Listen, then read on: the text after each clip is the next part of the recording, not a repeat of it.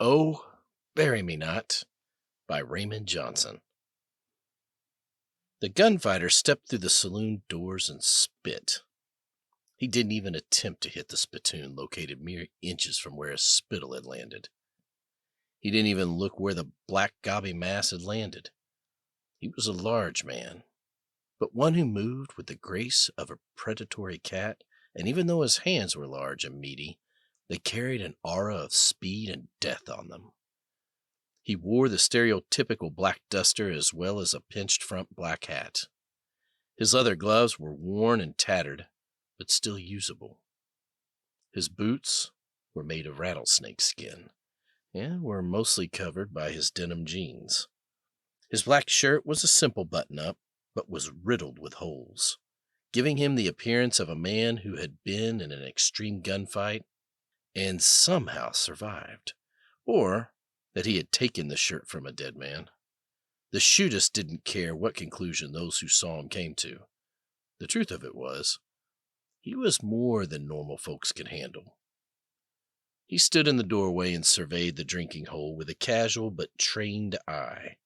Although they tried to not seem obvious about it, the patrons reciprocated the man's 1,000-yard stare. It was a weary world, but one in which it paid to be wary of any strangers that passed through it. And the man in the doorway was indeed a strange. It took the gunslinger less than a second to assess that there was no one in the establishment who posed him a threat. They were weak, tired folks who kept their heads down and tried to keep their noses out of trouble. They sickened him. The way these people looked, the town deserved its name. Only total assholes would live in a town called Shithole. He stepped up to the bar and slid a silver coin to the salty-looking man behind it. "Whiskey," he said with a voice that came from the grave. "Don't give me any of that damn horse piss you serve these assholes. I want the right proper scamper juice."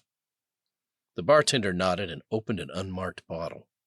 He poured a shot and slid the glass to the gunman. The server winced as he got a good look at the stranger. The gunslinger was ugly. Not just physically ugly. He was the kind of ugly that came from doing too many ugly things. His was a grizzled face. Looked like he'd been ridden hard and put away wet too often. He knew he was ugly enough to back a buzzard off a gut wagon and didn't mind it a bit. It was the kind of look that suited the killer right down to the ground. Fewer people pissed with him because of his appearance. "You got a name, stranger?" The barman gulped as soon as the words had passed his lips. He knew you never asked a man his name, and when he looked the way the big fella did, you let them tell you who they were, and they always did. Whether they did so with words or actions was a whole other matter. "Name?" The man in black looked up from the drink he had just picked up and stared the barman in the eyes. "Names are for tombstones. You want me to learn your name?" "No, sir," came the squeaked reply, and the barman backed away to the other side of the bar, after leaving the bottle with the dark assassin. Sweat poured from his bald head and soaked through the armpits of his white shirt. He licked his lips nervously when the gunman pointed at the trembling tapster. "I reckon you wouldn't mind answering some questions for me, would you?" The killer casually slipped his hand down to rest on the hilt of his now exposed Colt Dragoon. The bartender shook his head in the negative and tentatively made his way back to his interrogator. "I thought not," the killer said with a sneer. He watched as sweat poured from the man's upper lip, shifting through the hairs of his curled and waxed mustache. "This town must be as exciting as a 90-year-old nun," the killer thought. "This feller ain't seen my kind of trouble in a long time." Then he chuckled at the thought. "So, boy, hell, this old town ain't ever seen my kind of trouble. I'm looking for the grass-bellied highbinder that thinks he runs this god-forsaken place. Given this place is truly called Shithole, then he's the asshole stinking up to town. Goes by the name, Fetch Gallows. You know him?" He didn't wait for a reply and tossed his shot down his throat and poured himself another before the bald barman found the courage to speak. The man practically choked the words out. He obviously did not want to give the gunman any information, but his darting eyes told the killer that he had cornered the perfect mouse. "Mister," he stammered, "everyone around here knows Fetch. Around here, he's practically God." Before the server knew what was happening, he found himself hefted from the floor and dragged across his bar in the span of a heartbeat. He hung before the big man like a rag doll. Without realizing what he was doing, his imploring eyes peered into those of the killer, and what he saw there was colder than the fires of hell and hotter than hatred itself.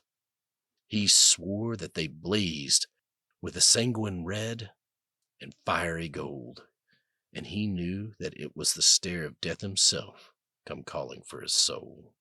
"Don't you ever say that word to me again, or I'll flay you open like a fish and stuff your mouth with your old foul intestines." The killer's gaze did not waver. It bore into the bartender like a corkscrew saber. "I'm sorry, sir. I meant no disrespect, but you asked me about him by name, and I merely responded in kind." "Ain't talking about that bastard, Fetch. I'm talking about the goddamn supreme being, you stupid." He broke his stare of purgation and realized he'd overreacted. The barman clearly had a leaky mouth and would have told him anything he'd asked of him. Sorry, the man wept. I'm not even religious." "Yeah, I ought to be," the gunman said in a slightly less belligerent tone. He set the man back on his feet and kept him aloft when the barman's knees buckled as his feet touched ground. "Where can I find them?" The bald man sniffled and raised a shaking hand out the door. He pointed to a shadowy building 3 blocks down that faced the saloon. The killer could clearly see the cross from where he stood. "Not a secret that Fetch does his business in the parson's old church." The man winced, expecting at least a smack in the mouth for saying something regarding church, but breathed a sigh of relief when he felt the killer's grip loosen and finally let him go. "Look, mister, I don't know ye, but old Fetch is a right nasty son of a bitch." The voice had come from a poker player who'd put his cards down and stood up so that he could be seen. "He's one of them mad dog killer types. You don't want to piss about with the likes of him unless you got good reason. You might think you got one, but you don't." The old man's eyes trailed down to the piece at the man's side. "If you're looking to crawl his hump and raise some sand, I'd advise you to just go back where you come from. That big iron you carry is going to get you killed." "Appreciate the concern, old timer, but I reckon I got reason enough for me to go see the high and mighty Fetch Gallows." So saying, he slowly removed his hat, revealing fresh-looking bullet hole in the center of his forehead, and the gaping wound that erupted from his scalp, revealing rotting gray matter and several maggots still feeding on the ghoulish meal. The gunman stroked his long, blood-matted hair over the wound, as if attempting to hide the injury in a manner not dissimilar to a man trying to comb over a bald spot. "Yes, sir. I reckon I got reason enough." He replaced his hat, stepped out into the street, and casually made his way towards the church. One dying and a burying. In the West, blood was just a way of life, as were sweat and tears, but it was blood that made the grass grow, let towns flourish, and let the populace remember their mortality. You couldn't live in the West without shedding blood in some form. Some folks were even idolized by the amount they spilled. Out there, killers became heroes, or were so reviled for the atrocities they committed that they became legends. Oftentimes, they were the boogeymen that made the simple folks like sodbusters and carpetbaggers huddle in fear at night. Ryder Banks straddled the line between both types of men. He had killed over 50 men during the war between the states, but those were only confirmed kills. His actual count was impossibly high for a single man to have achieved, but those who knew the Dark Rider, as he was known, never doubted the stories of the things he'd done.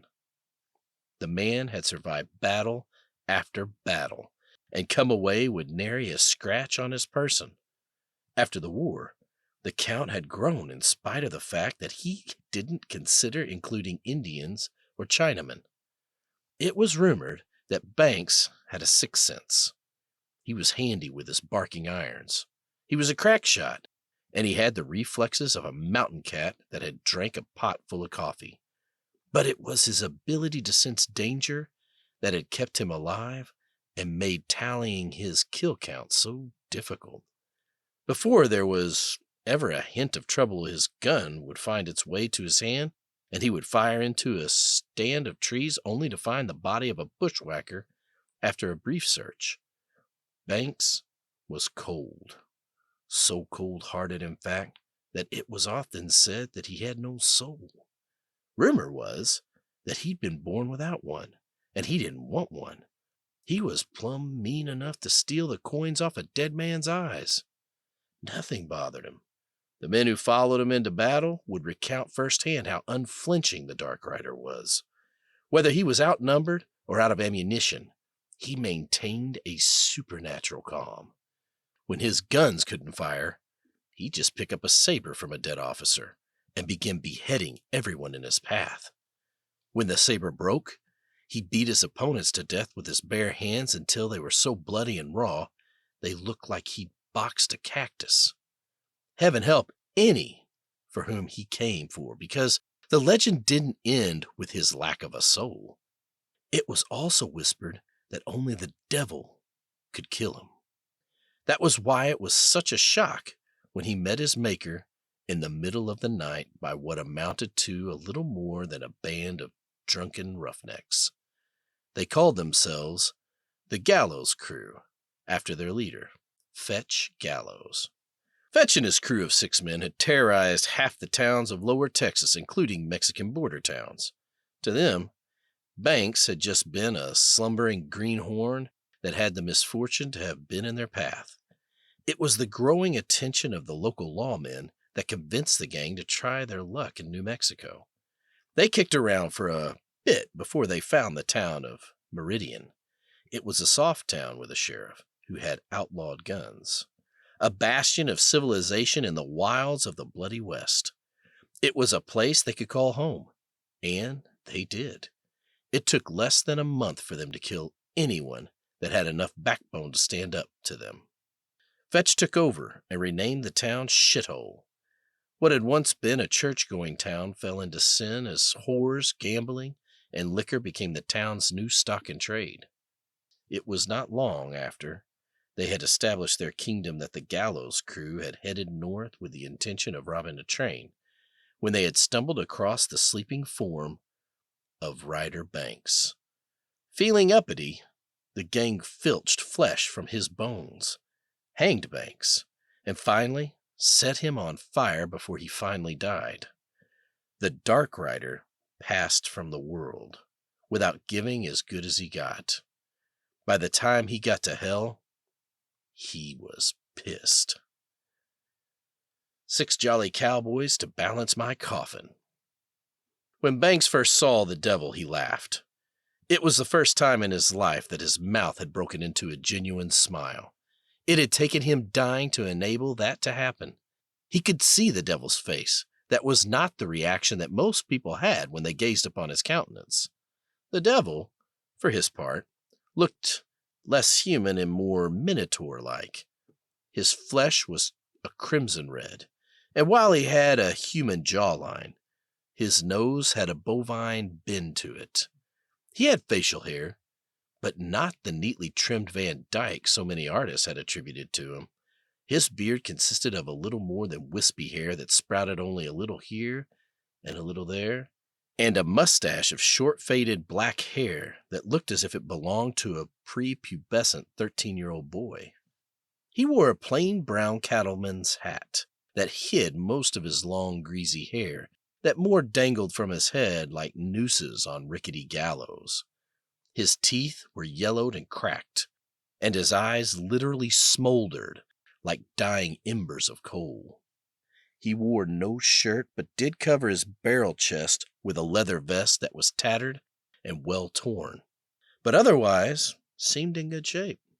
A silvery star was neatly pinned to the vest's left side, indicating that he was some sort of underworld lawman. The devil was seated at a table. The chair opposite of him was empty. A bottle of brown liquid and 2 filthy glasses sat in the center of the table's ancient, petrified wood. A ragged deck of cards rested in the fallen angel's left hand. Before him sat 4 cards, a pair of aces and a pair of eights, and he casually shuffled the rest of the pack one-handed as he gestured for Banks to sit down.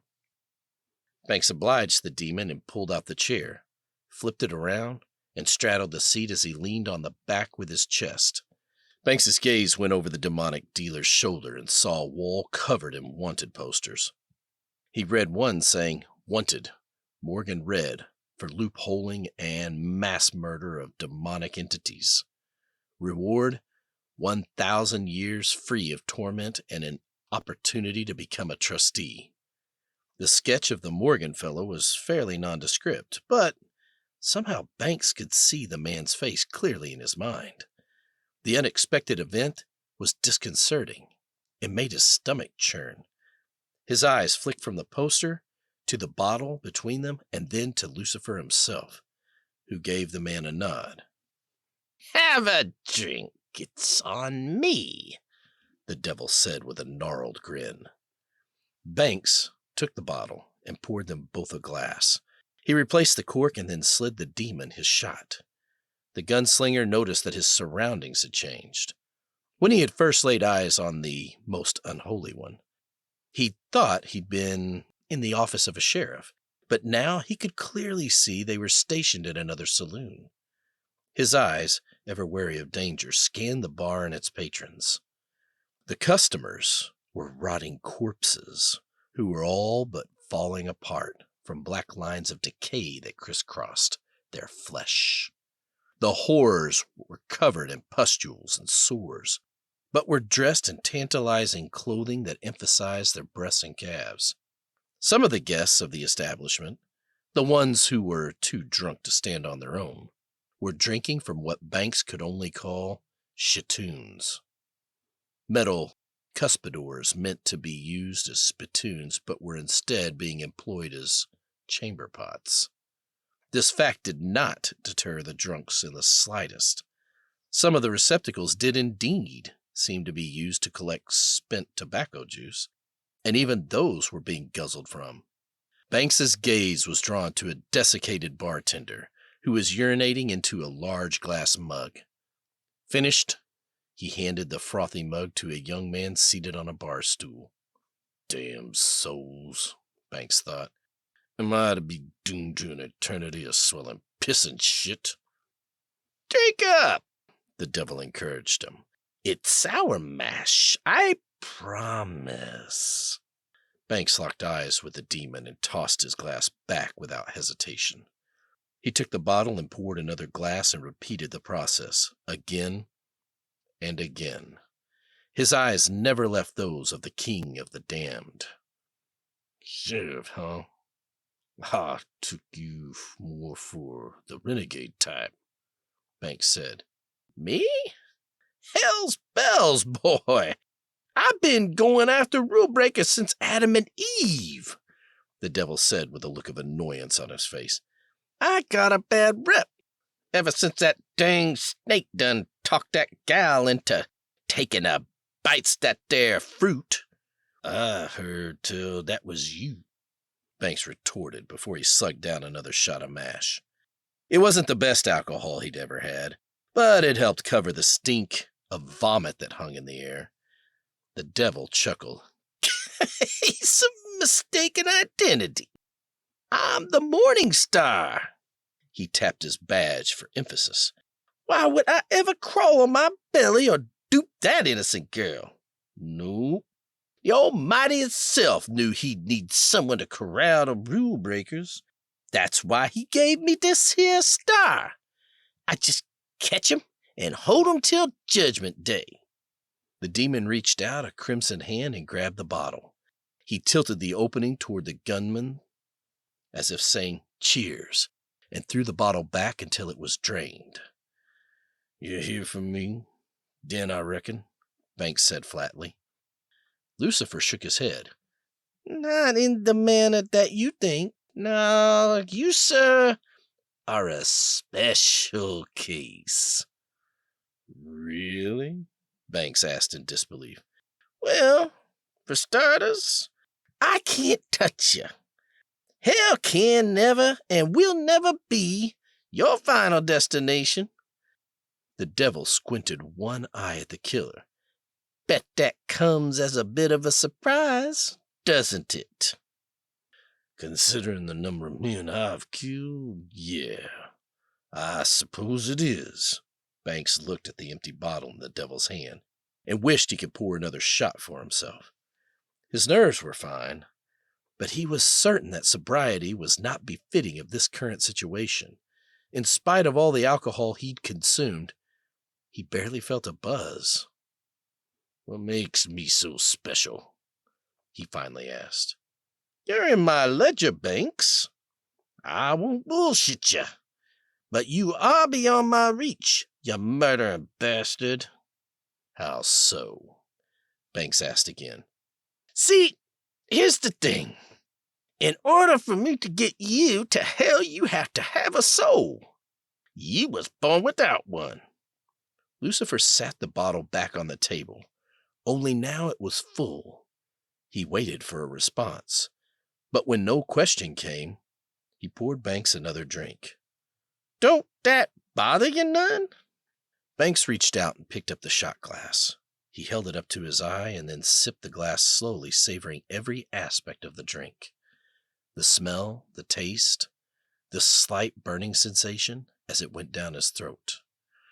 "I ain't the sharpest knife in the collection, but if I'm a dead, then here has to be more soul now, don't it?" He paused. "Or is this my corpse conversing with you?" Lucifer snickered. "Neither, lad, neither. You are the residual memory of the man known as Ryder Banks, you see?" Satan turned his head and spit on the floor and ignored the damned soul that crawled over to lick up the offering. "Souls are composed of memories. Memories which are filtered depending on the direction they are heading. Souls born for hell get all the negative stuff, and those rising to the other place get the positive. Whatever part gets left behind fades away into nothingness." Satan leaned in and lowered his voice. "That mash you've been drinking, the glasses, they're just memories of yours that I pulled out to serve you. They'll fade soon. You'll follow soon after, and that will be the end of Ryder Banks." He threw open his hand and blew on his palm as if he were blowing dust. Poof! And like a fart in a tornado, you'll be gone. "There have been people with my condition before?" "A few," Satan answered. "A handful here and there, but not many." Banks nodded. "If I'm doomed to fade into the sunset, why you talking to me? Is this the only way you get to torture me, rubbing my face in the fact that I'm gonna cease to exist?" "I won't lie, Banks. You're a murdering son of a bitch, and I want to throw you in the pokey on principle, but I just can't do that." Banks was about to slam his glass on the table when it faded into a wispy trace of smoke that faded into the air of the saloon. He watched the smoke vanish and realized what was to follow soon after. And I want to strike a bargain with ya. Banks laughed. You think I'm foolish enough to make a deal with the devil? What makes you think I care if I just faded away? You think I want to spend forever in perdition? I don't think you care about yourself, nah. If that was all I had to offer, you'd spit in my eye and tell me to go to hell. But I got leverage. I can give something to you more important than your own sense of self-worth. I doubt that, Banks said icily. I can give you the boys that murdered you in your sleep, Hell's sheriff said in reply. I'm a-listening, Banks hissed. Take me to the graveyard and throw the sod o'er me. He'd come by the appellation of Poker Face, not from his skill at cards, but from one night in his late teens when a squaw he was making unwanted advances on grabbed a poker from the fire and struck him in the face. Sims, the young man, had been scarred for life as the poker melted his right eye and left its distinctive shape on his face. It wasn't a name that he proudly carried, but he had earned it, and it was there to stay. Poker Face had left Shithole to surveil some nearby banks and coach routes at the bequest of Fetch, the gang's leader. That was how he found himself alone on the prairie with nothing but beans to eat. He stirred the pot and put the lid back onto it before licking the spoon. As Sims cooked his dinner, an unmarked grave 10 miles distant from his campsite erupted when a molded fist punched through the earth. Moments later, a corpse, fetid and festering, rose up and brushed the dirt from its clothes. Banks hissed as he felt maggots crawling throughout his body. The larva was devouring him one tiny piece at a time, and he could feel it. It didn't hurt him, but it was not a pleasant sensation either. He wanted them out of his body, and there was only one way he knew to do that. The gunman whistled, and a sleek black stallion stepped from the shadows. Banks put his foot in a stirrup and threw his leg over the hill beast. Dirt fell from the rim of his hat, and he grunted. His eyes searched the sky until they found the form of a large bird, so black that it was nearly invisible against the dark sky. There were no stars out on this particular evening, and he found that odd. The gunman had heard tales of the dead returning to life when the stars aligned, but he could clearly see that wasn't true in his case. He spurred his horse forward and followed the bird. Poker Face finished cleaning his plate with a handful of sand and laid out his bedroll. He was tired and spent from his travels and looked forward to getting some sleep. He took rope from his saddlebags and ringed his bedding with the hemp in the beliefs that a snake wouldn't crawl over a rope. He wasn't sure if it was true or just an old wives' tale, but it brought him enough comfort so as to be able to sleep in the wilds without fear of waking up to find a rattler had curled up next to him to get some warmth. That done, he stepped over the rope and prepared to bed down for the night when he heard an odd noise. It wasn't anything he could explain, but it sent shivers down his spine. Ha ha ha, came a gravelly voice from the darkness. No rest for the wicked unless it's eternal. Christ on a freaking cross! Sims leapt to his feet with his 6-shooter already in hand. He could just barely make out the silhouette of a large man coming towards him. He fired 3 times and was certain that he'd hit dead center mass. That's funny, the interloper said, as he stepped into the firelight. I had you figured, more for a shooting 'em in the back kind of feller. 6 fresh bullet holes now ringed the area the man's heart should have been, and aside from tearing some fabric, had no other outward effect on the man. Sim's blood ran cold as he saw the approaching stranger. The man was sick.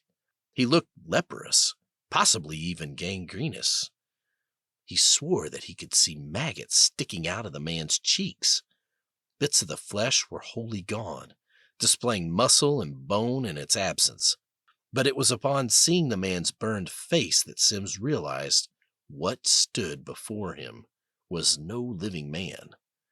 The man walked with a limp, and Sims swore he was smoldering his smoke trail behind him. The man glared at him with one eye, the other gone, cut out by the looks of it. He also had the hilt of a knife sticking out the side of his jaw. "You recognize me, boy?" The man's mouth couldn't move properly with the blade embedded in his jawbone, but Sims understood him well enough. Sims was about to shake his head, more out of reflex than a true response, when he recalled the man's duster. "You're Napper, the one what we come upon just snoozing away without a care in the world. And I thought all you had under your hat was some hair. You know what you done. You know what I'm here to do." "Please," Sims pleaded. "You know I didn't kill you. I just brained you with that rock. If I had done it right proper, you never would have waked up. You never would have been tortured." "You did brain me, although I doubt it was out of some concern about my suffering. But I'll tell you what, boy. I'll give you a chance. That's more than you gave me." The living corpse pounced on Sims with a preternatural speed that would have made a mountain lion jealous. Before Sims could react, the dead man had covered the boy's mouth with his hand. Sims had expected more and was confused until he felt something drop into his mouth. It was a maggot. Sims could feel it crawling on his tongue. The grave worm sought sustenance, and he was all it would find. Then he felt another land near the back of his throat. Then several were crawling across his teeth, and before he could resist and fight back, his mouth was full of them. Still, they kept coming from the undead gunslinger's hand. The mass continued to grow until they reached his nasal cavity. Sims found himself unable to breathe. He stared into the dead man's eyes and saw a hatred burning hotter than the fires of hell itself. Sims struggled but could not break free of the man's iron grip. He began to gag and then shaked. He struggled to find air. "You got a choice, boy. You can swaller, or you can choke." Sim's eyes grew wide at the thought of swallowing an ever-growing mouthful of maggots, and tears from bulging eyes ran down his cheeks. A minute later, his body stopped convulsing, and Banks dropped him headfirst into the fire. Sim's body was wreathed in supernatural flames, and as he burned, Banks's own charred flesh returned to normal. The dead man watched the body burn until the flames finally died. The tumbling tumbleweeds. The devil slipped his hand down to his holster, drew his gun, and slid it across the table to Banks. "Take my gun." Banks looked at the weapon. It was pistol-shaped, but he couldn't make out any details. So dark was its coloring. "I already got a gun." "Indeed you do," Satan smiled. "And you're gonna need it too. But if we're going to bargain, you have to take my gun." "What's the deal? And don't try to hide some last-second surprise on me. I ain't Stingy Jack, and I ain't walking the earth forever just because you tricked me." Banks still hadn't touched the gun. "That's fair. So here's the deal. Take it or leave it."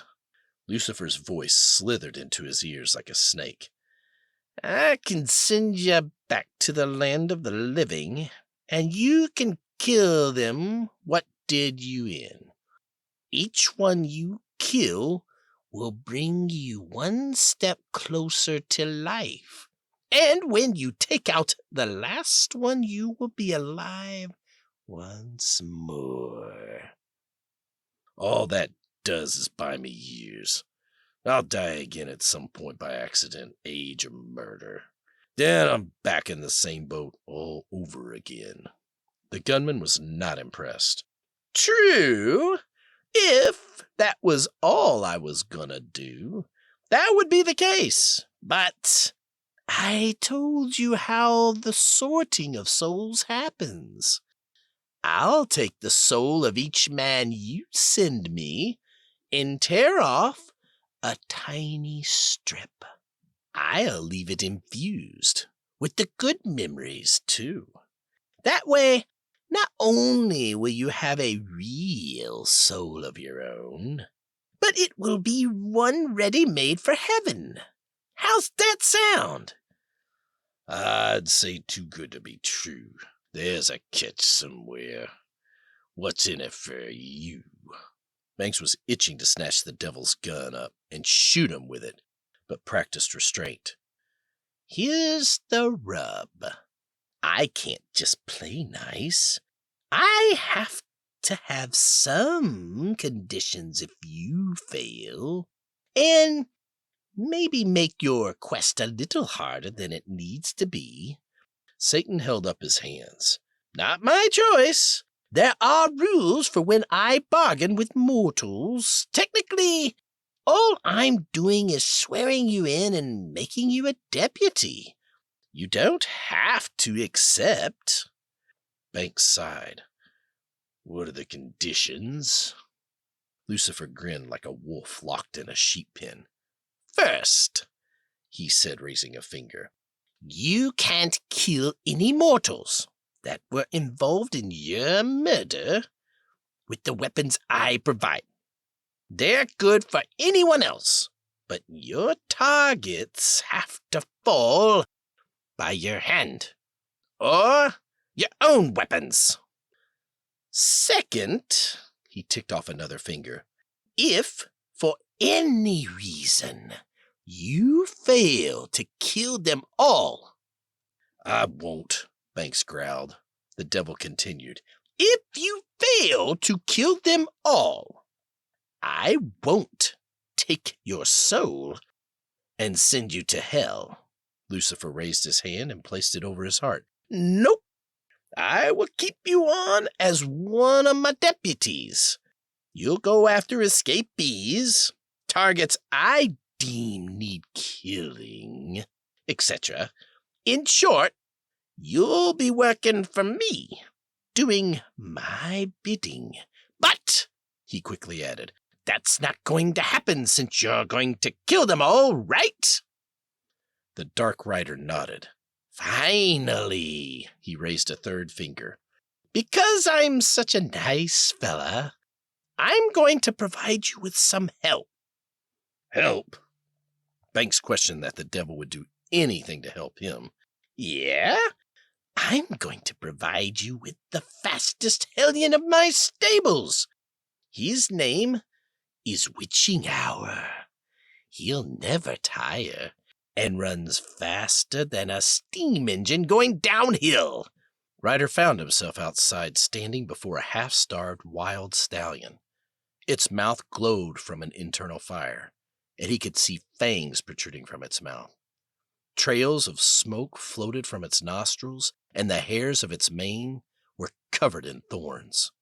Had he not been so inured by all the horrors he had seen in life, his heart would have stopped. The horse was saddled, and Ryder could see a rifle strapped to its side, but could not make out the model. Satan gently rubbed the equine on its nose before feeding it what Banks could only assume had been the hand of a baby. My other pet is Sebastian. He's an old buzzard who will lead you to whomever you are looking for. Raise your arm. Banks knew what the devil wanted him to do, and did as he was told. Before he could blink, an inky blackbird landed on his outstretched arm. The bird was greasy and lost feathers every time it moved. It looked like it had lain in a field for a week, while its brothers and sisters feasted on its flesh. Banks had no idea how it could fly, with the holes in its wings. That's it? Any more conditions? He tried to maintain a nonplussed demeanor, in spite of having a weightless carrying creature that was made of a never-ending mass of shadow stuff on his arm. He felt that he'd made an impression when the devil gave him an approving look. 'Cause if and not, I got some rules I need you to abide by. Rules for me? Yep.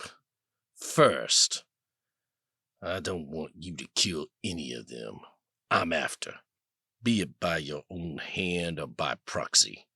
You ain't getting my soul by cheating that way. Banks stared old Scratch in the eyes. We square on that? Agreed, the demon nodded. In spite of my reputation, I am a fair entity, and I live and die by my contracts. Second, these here critters are mine, not yours. I won't be having you telling them one thing and me another. Got that? With a bow and a flare of his arm, Satan said, They are yours from this moment on. I so swear. The moment the words left Lucifer's mouth, Banks could feel a connection with the buzzard and the hellion. You got anything else for me to consider? Nah, boy. That's my limit of oppression.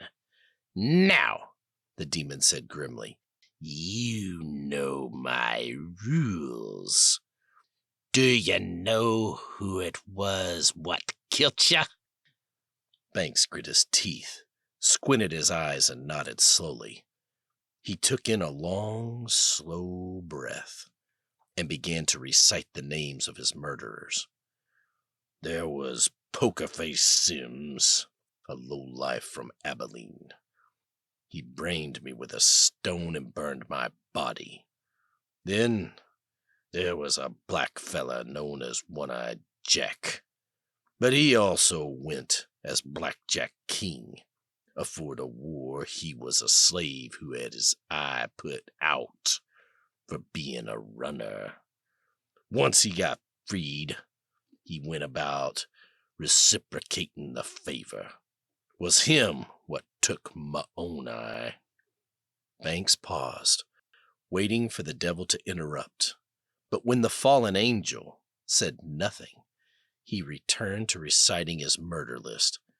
Then there was Bobby Whorehouse Riggs, what strung me up. Buckshot Milligan peppered my legs with bird shot and shattered my knee. And a kid named Two Bullets Tommy.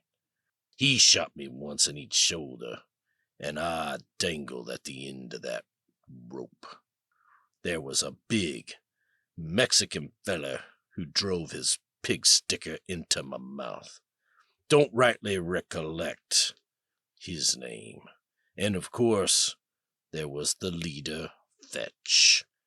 Gallows is a some bitch to the highest degree. We met once, in battle, him on one side and me on the right side. Yellow coward ran afore I could kill him. This time, he won't escape me. I promise you that. Hell, boy, a simple yes would have done me fine. Where the body lies when the heart grows cold. Banks cut a swath of blood and bodies on his way to shithole. True to his word, the devil's bird had led him unerringly to Pokerface Sims. After reducing the man's body into a fine crematory ash, Sebastian guided Banks south to a Mexican border town. It was there that he found his unnamed assassin. He was bigger than Ryder, and nearly as fast. Considering that he didn't carry guns, but instead wore a leather strap over his chest that carried a cadre of throwing knives and a sheath on each hip.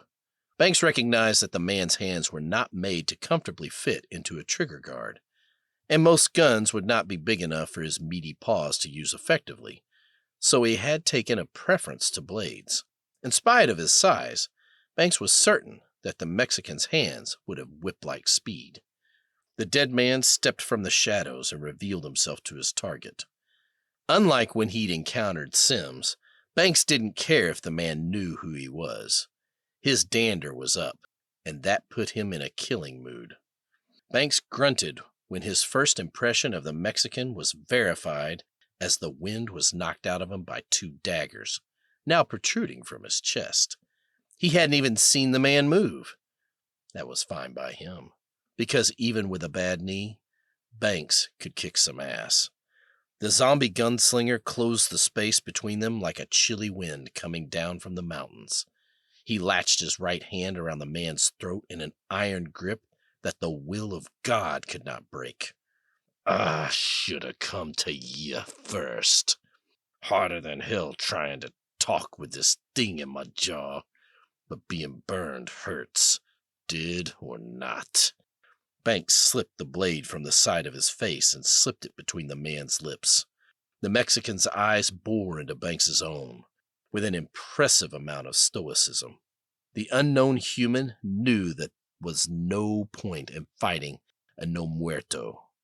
Banks tried to instill a spark of terror, but the man never flinched. Why so serious? He asked as he began to cut through the Mexican's cheeks to his target, the man's tongue. Hours later, the big man's body would be found with his throat slit from ear to ear, his tongue missing, and a 6-inch blade sticking out of the top of his head. His missing tongue would never be found. But that was because no one would ever look in the orifice it had been relocated to. His identity was never learned, as he was not from the town, and he was buried in the grave with only the word unknown to mark his passing. The rest of the crew died swiftly and painfully. Tommy Two Bullets held up better than the rest. He emptied his revolver with 5 shift shots that had harmlessly passed through Banks's lifeless body.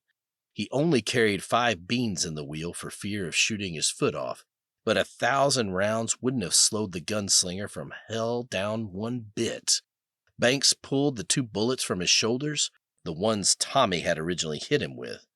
They were covered in a gangrenous pus that helped them slip into his dragoon's empty chambers. Neither had a case, but they fired just fine as he blew the man's balls off.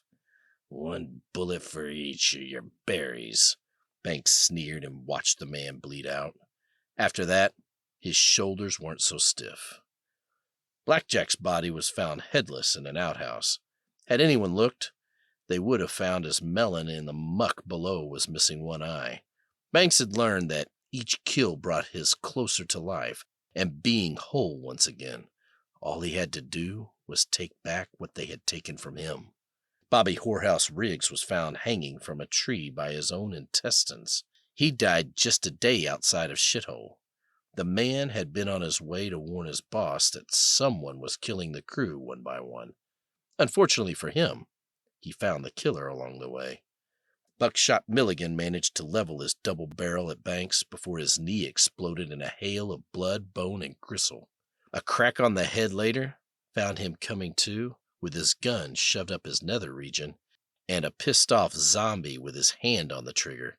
He cried like a baby before his tears were ended by a muffled gunshot. That just left Fetch Gallows himself. Being mostly human now, Banks decided to get a drink. He could verify what he already knew by the buzzard that slowly circled the distant church steeple. Gallows had holed up in a house of God.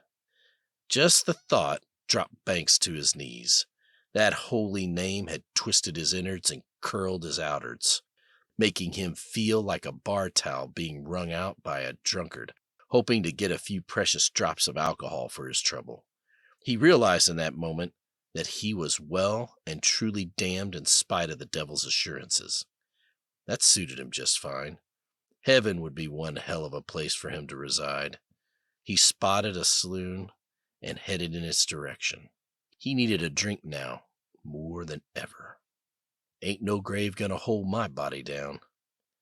Ryder Banks could feel the earth around him. He was literally molding in his grave. After their bargain had been struck, the Dark Rider had found himself back in his old body. He'd expected to have been reborn, or restored back into a fresh and healthy body.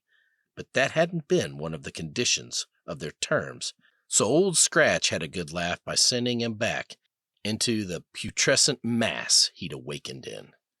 Banks could feel the rot deep in his bones. His guts churned with squiggling, crawly critters and had already hollowed him out a substantial bit.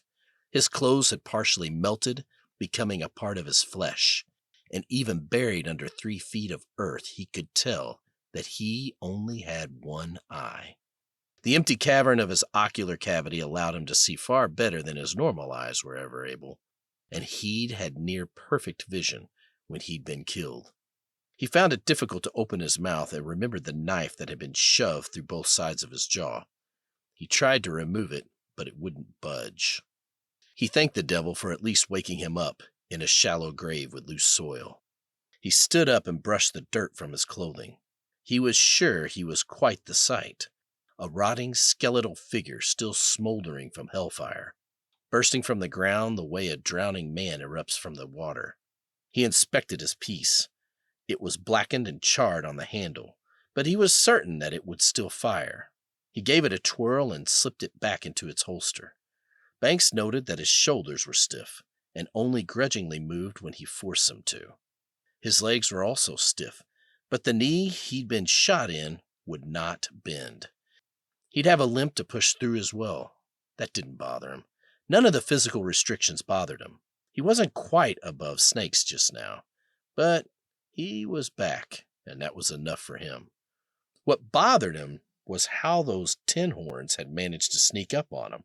He was in the afterclaps of the whole affair, and it struck him as being 6s and 7s, out of order and askew.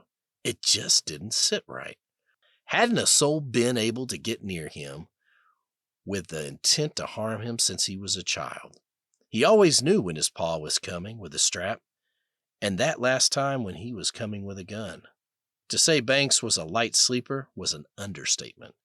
He'd always felt like he'd had some sixth sense that kept him abreast of danger. But on the night he had been killed, he'd slept so soundly that he'd put a man so deep in his cups that he would not be awakened if his nose had been set on fire. Banks scanned his surroundings. He could see the body of his horse rotting on the ground next to the tree he'd been hanged upon.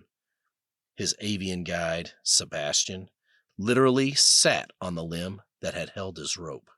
The bird dripped a shadowy fluid from its head. The rider could only assume it was blood or shadow stuff. He did not see witching hour, and so he whistled for him. The hellion rose from the shadows on the ground and snarled at him as he climbed upon the horse from hell. Those fangs looked brutal, and Banks was certain that his stallion would be able to rip a man in half without any trouble. Flames danced around its hooves as it impatiently waited for him to give the command to move. Ryder pointed at the bird. "Go find me that some bitch who set me afire first. Then we'll let the rest of the gallows crew know that I'm coming for them alone, because I'm scarier than anything they have in perdition." The bird silently took to the sky in the direction of their prey. He spurred his mount and began to follow the carrion crow. He wasn't aware of it, but hell waited on him to get a comfortable distance and then followed behind, where coyotes howl and the wind blows free. The church was everything Banks had expected it to be. It was a complete and utter piece of shit. Formerly magnificent stained glass windows were now little more than skeletal frames that had still had a death grip on a piece of colored glass here and there. Its doors had been burned away, leaving a great charred scorch mark around the frame, making it look like an entrance for the underworld. The bell tower would no longer ring, as the church bell was gone.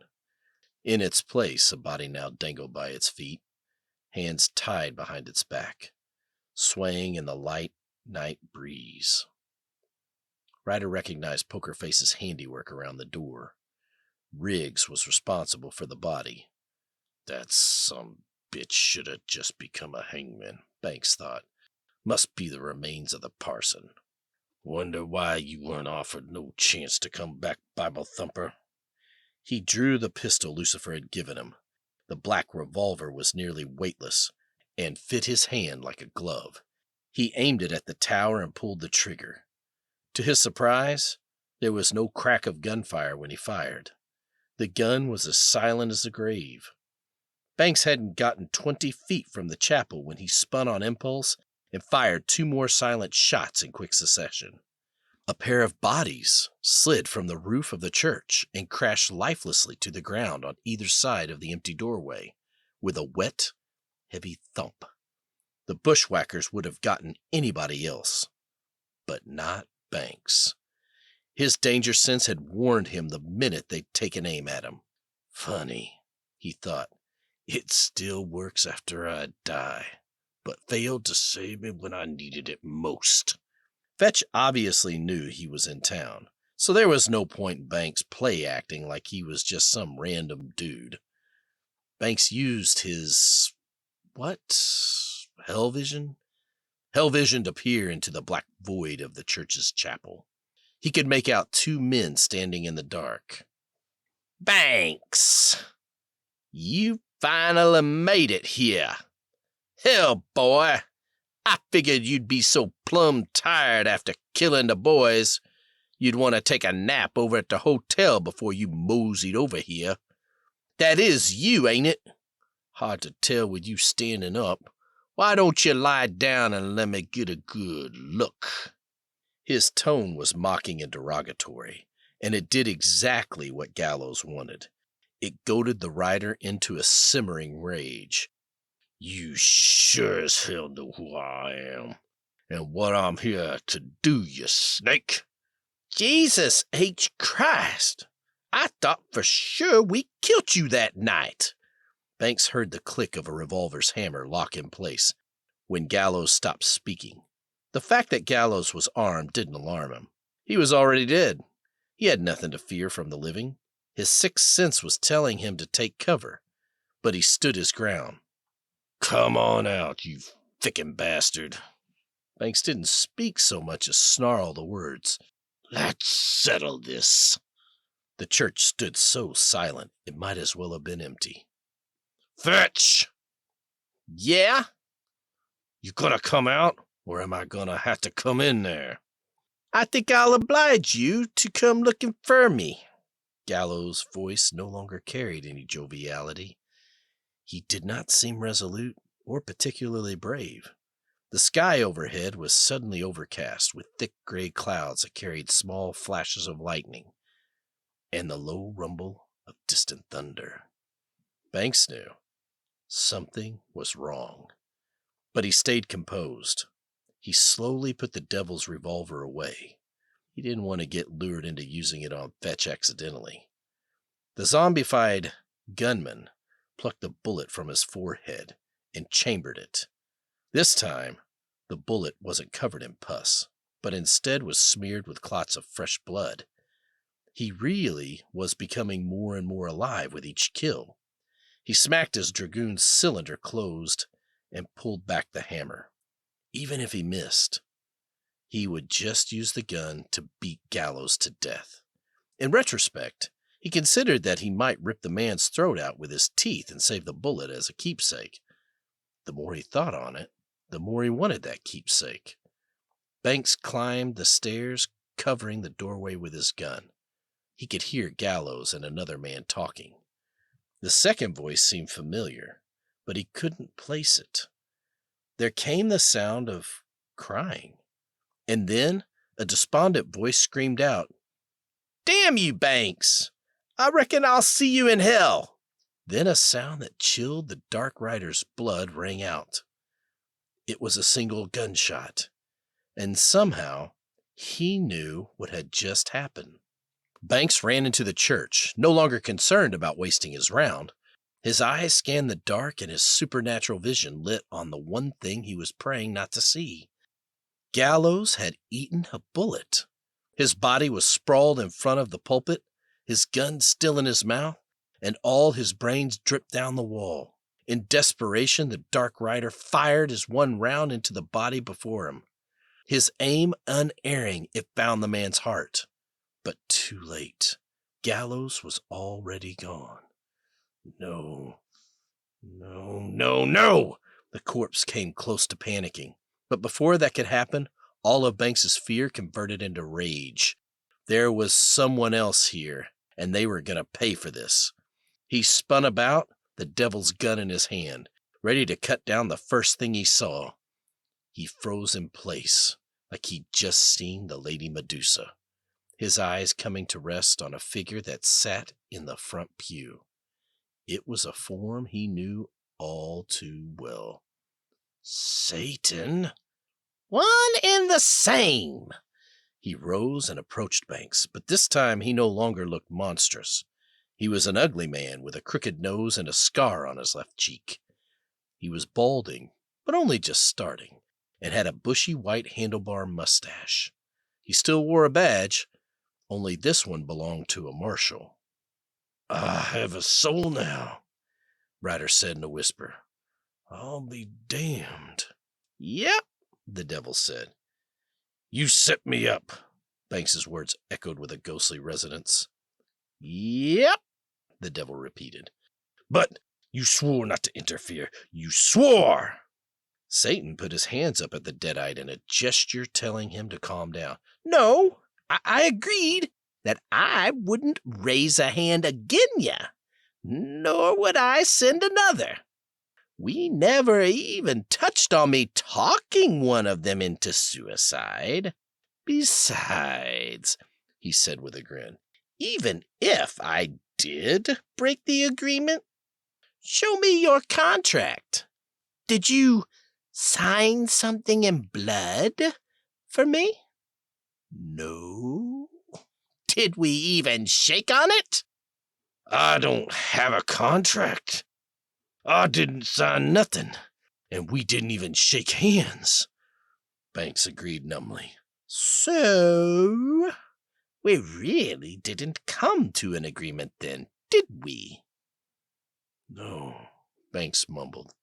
Where I really screwed you was when I sent them boys to kill you. The devil gave him a naughty grin.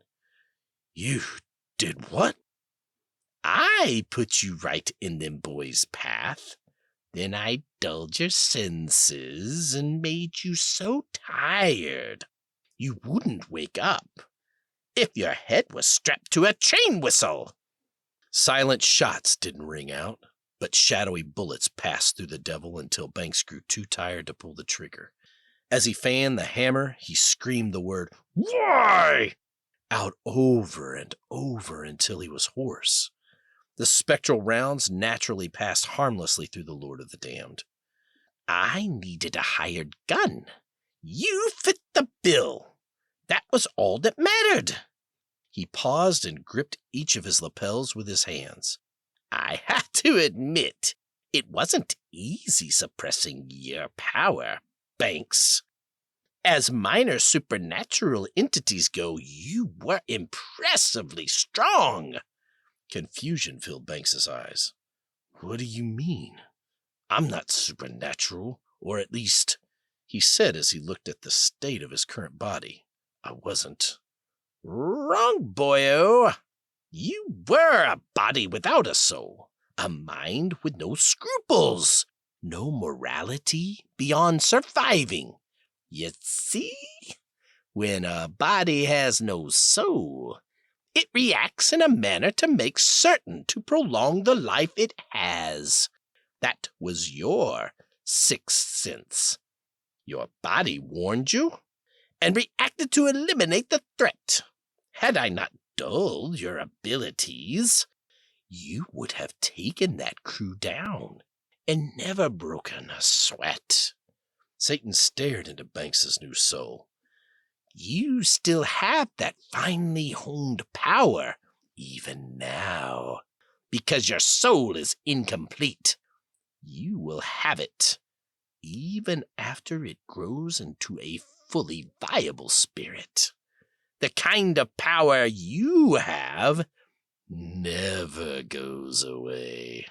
I knew that when I'd given you the opportunity to get your revenge. You jumped at the chance, no matter the cost, And, he said with a sneer, you'd overlooked making the proper legal agreement, since you'd be in such a rush to get after them boys. It was just a game for you, weren't it? You were playing cards when we met. That was a clue. More than you realize, the devil replied. Around sometime about 1876, my hand will become famous for all eternity. People will call it the dead man's hand. What now, Lord of Lies? Now, you get your scraggly ass up on that hell horse and follow that bird. You're gonna kill all of them. What I think will convert to the other side or spread words, I don't want to hear. You'll do that till the wind stops a-blowing and the stars stop glowing. Now get. Sebastian knows the way. Banks spurred Witching Hour into motion, but he did not ride off in a burst of speed. He took his time. He had all eternity to work out his anger issues and plan how to kill the devil. And he would too. Of that, he was certain. You should have left me to molder out there all alone and fade away. I promise you will regret forcing me into this. As he rode off, Banks could hear the devil playing a harmonica to the tune of "Oh, Bury Me Not" on the Lone Prairie.